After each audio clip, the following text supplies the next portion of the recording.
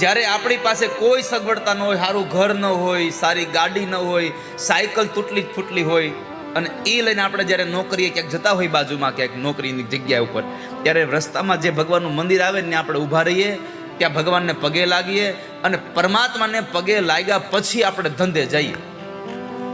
આવું આપણે કરીએ.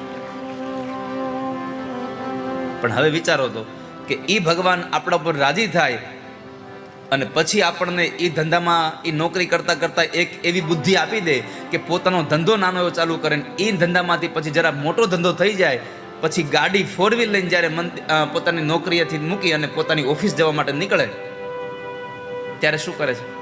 પછી 4 વ્હીલ પાર્કિંગ કરીને પછી મંદિરમાં ન જતો, પછી બહારથી ખાલી હોર્ન વગાડીને વયો જાય છે. આ દુનિયાનું નરું સત્ય છે.